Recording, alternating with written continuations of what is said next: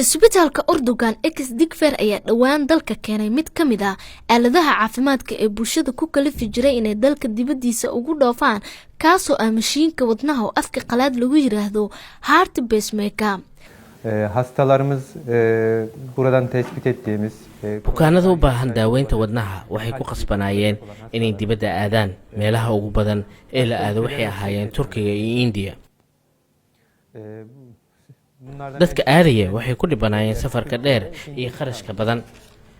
bukaanada qaba xanuunka wadnaha khatarteeda ayay leedahay inay safarkaasi galaan, sidoo kale inuu qarashkaasi badan ka baxo dhibkeeda ayay leedahay. para maddi açıdan büyük bir külfet altına giriyorlardı.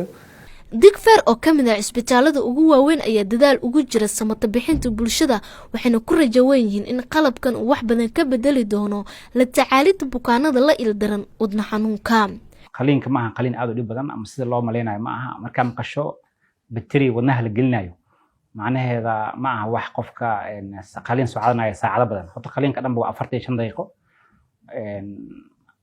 bukaanka ma la suuxinayo, waxaa loo sameeyaa local anesthesia wax loo yaqaano. bukaanka asigoo soo jeedo oo seewad xaalkaaga siduu yahay maxaa dareemaysaa iyadoo la hayo ayaa horta qaliinka loo sameeyaa. qaliinka ma aha qaliin qofka hore laga geenayo ICU la samaxallah ilaa hadda ma arkin ma dhicin. waa qaliin toos loo geenayo qolkii caadiga u jiifay. marka saalada laga bixiyo familkiisa oo la sheekeysanayo qolku laabanayo. mana aha qaliin qofku ustaag si jiifayo, waa qaliin haddii maanta la sameeyo biriba xafadiisa aadayo. Maama Aamina Yaro Faarax ayaa nasiib u yeelatay inay noqoto qofkii ugu horeeyay ee ka faa'iideysta qalabkan iyadoo ay u dheertahay in adeeggan loogu qabtay lacag la'aan.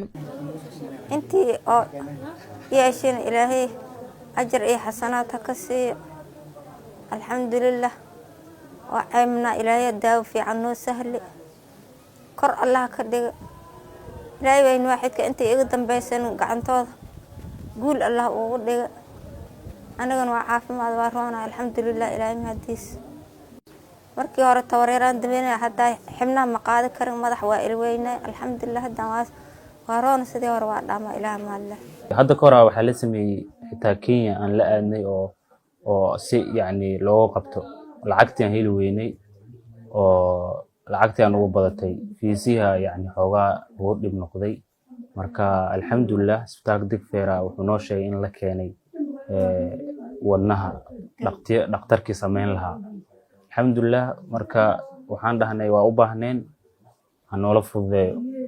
ayaga nooma dhibin wax dhib ah hadda kama tirsanayno oo yani si fudud lacag xitaa nagulama xirin. waa noola sameeyey maamada kadib waxyaabihii badan xitaa maxaa la meeshaan aad ay u badboodi jirtay hadda waa roon tahay.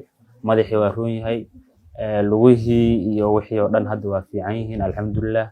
keenida qalabkan ayaa ka dambeysay kadib markii ay maamulka daraasad ku sameeyeen baahida caafimaad ee haysata bulshada taasoo keentay in dalka dibadiisa ay u aadaan xaaladahan oo kale. annaga ka maamul ahaan mar walba waxaan u taaganahay suuqa waxa ka bannaan oo dadka Soomaaliyeed ay u baahan yihiin inaan mar walba aan fulino. mar walba waxaan daraasaynaa dadka Soomaaliyeed ee bukaanka ah aan dibadda aan gaari karin ama kuwa gaari karo lacagta haysto in lagu celiyo wadanka ay lacagtan wadanka ku laabatay intay Hindiya iyo Malaysia iyo aadi lahayd. adeegga caafimaad ee dalka ayaa horumar gaaraya maalinba maalinta ka dambeysa iyadoo wali uu socdo dadaalka isbitaalada iyo howlwadeennada caafimaadka.